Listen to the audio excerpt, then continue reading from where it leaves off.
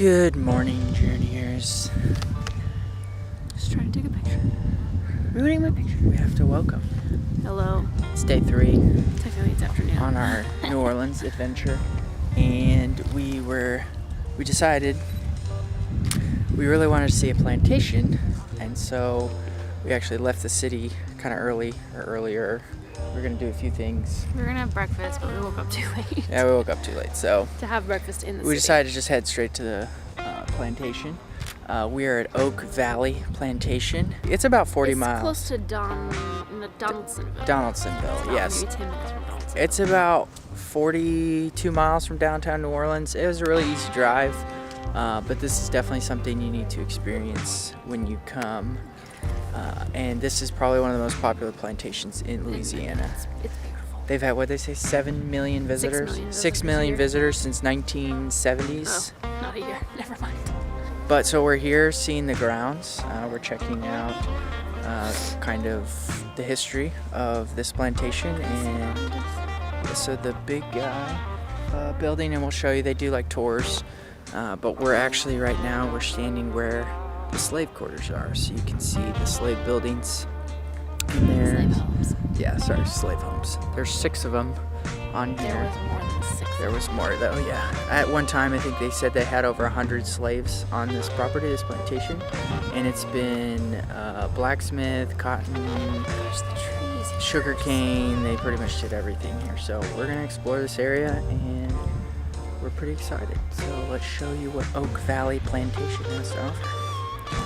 So these are the slave homes, and it's reading that 2 to 5 people would live on half of the house. So they're considered doubles. So on one half, you'd have 2 to 5 people. So technically 10 people, up to 10 people in this tiny little house. The sign said that this plantation alone had 106 slaves.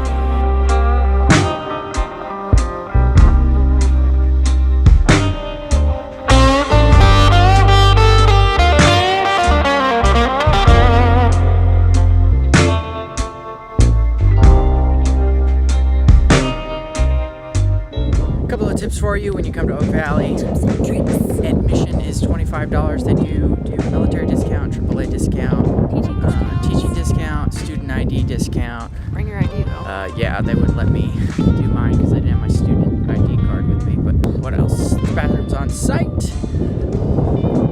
Just so you know, since it is about 45 minutes outside the city, some people have tried to Uber and stuff out here, which is fine getting here, but we're pretty much in the middle of nowhere, so there's really not Uber and taxis and those types of services. So if you're really wanting to do the trip, probably best bet is to have a rental car, or if you're staying with family or friends, just borrow their car and drive out of the way. The main feature of the plantation is the tour, the house tour, which operates every 10 minutes, and they have round staff that just kind of waits for you in line depending on how many people go, and then they just take you around the tour of the plantation, and that tour lasts about 30 minutes.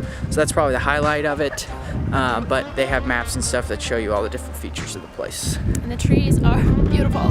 Yes, it is Instagram worthy for sure, but I mean the real cool part is coming and seeing the history and honoring the slaves that built this plantation pretty much with their hands, with the work that they did, and honoring them and seeing what they went through.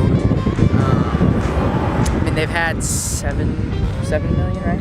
6 million. I keep saying 7, I don't know why. They've had 6 million visitors in the last 40 years. So it's pretty cool that people can come and see the history and be able to see, the wrong and how the slaves were treated, but honoring them now. So kind of the final straw of making this plantation slave-free was right after the Civil War. The husband who owned the plantation with his wife, he passed away, and then she continued running it, but things kind of went south pretty fast. She was kind of controlling. She wanted to continue the plantation. She had an overseer, but she still wanted to control all aspects instead of asking for family for help. And so it kind of made, once the Civil War ended, it's kind of the end, the demise of the plantation. And so what happened was a lot of the slaves that were here turned into sharecrop holders, which was pretty common after the Civil War, of slaves that were on plantations. So in essence, they would still do the fields and stuff like that, and they would own little parts on the land, but it still wasn't 100% freedom. So I'm not gonna speak into 100% of the history like I know everything, but that's what happened here. Was it turned into a sharecrop holder for the slaves that were here. Alrighty, we just finished the tour. What'd you think? It was good. Yeah, they don't allow cameras inside the house, so I was very good, and we were in a large party. Could have snuck in some photos and videos, but I didn't. I was Just good. do illegal things. I just was trying to give you guys what it looks like, but I was good. Really, really cool inside. They take you on a tour, so you have a guide that kind of shares the history of the house, and it was owned by Jacques and was it Celine? Celine. Yeah. Celine, and what was her last name? I don't remember. I don't even know. I apologize. But they were the owners of the plantation, and they built in 1837, finished in 1839, and then they lost it pretty much after the Civil War. Was when it stopped becoming a plantation. And then a new family came in and bought it, the Stewarts, 1920s. in the 1920s, and her husband died. passed away in 1947, like right She after. lived in it till 1972, and before she died, Why don't you donated just it give us the tour? to the foundation that owns it now? Yeah, The so nonprofit it's run foundation. by a nonprofit. So it's a National Historic Landmark, It's pretty cool. which is really, really cool. But they just kind of shared the history of the slaves, and kind of what the house was for, and the dining room. They were a power family, so they were Had a lot of money. very well known around in the area. The people that they came and had dined, they knew governors. One of their best friends was a banker who literally gave loans to plantations. That's how plantations got their money to fund their plantations. And apparently he spared no expense.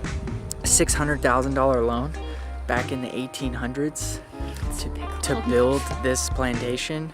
And you think about, they were showing us how much like 2 dozen apples cost was 80 cents. So 80 cents for 2 dozen apples, and he got $600,000 to build his plantation. So I can't even, that's gotta be like millions and millions of dollars now. Maybe billions. Yeah. So definitely extravagant. So now we're gonna check out a few of the exhibits around the area. First one is the sugarcane exhibit, which I was wrong. I thought it was cotton. It was not a cotton plantation. This was primarily sugarcane, which was harder, but higher reward if you could do it. Oak Valley Plantation, make sure you guys come. We had a blast exploring the different areas and taking the house tour. It's just really cool to see the history of how it started and where it is now, and how they're honoring the lives of the slaves that kind of built this plantation, and showing that history of what they went through. So we had a lot of fun. Did you enjoy it? Yeah, it was fun. Yeah. So make sure you guys hit the subscribe button and give us a big like. Make sure you hit that notification bell on the subscribe button so you don't miss out on any awesome videos we have coming. And if you'd like, check out our website for some sweet merch, because we have new merch. Check it out. And comment below if you've ever been to a plantation before. We'll see you on the next video, journeyers. Toots!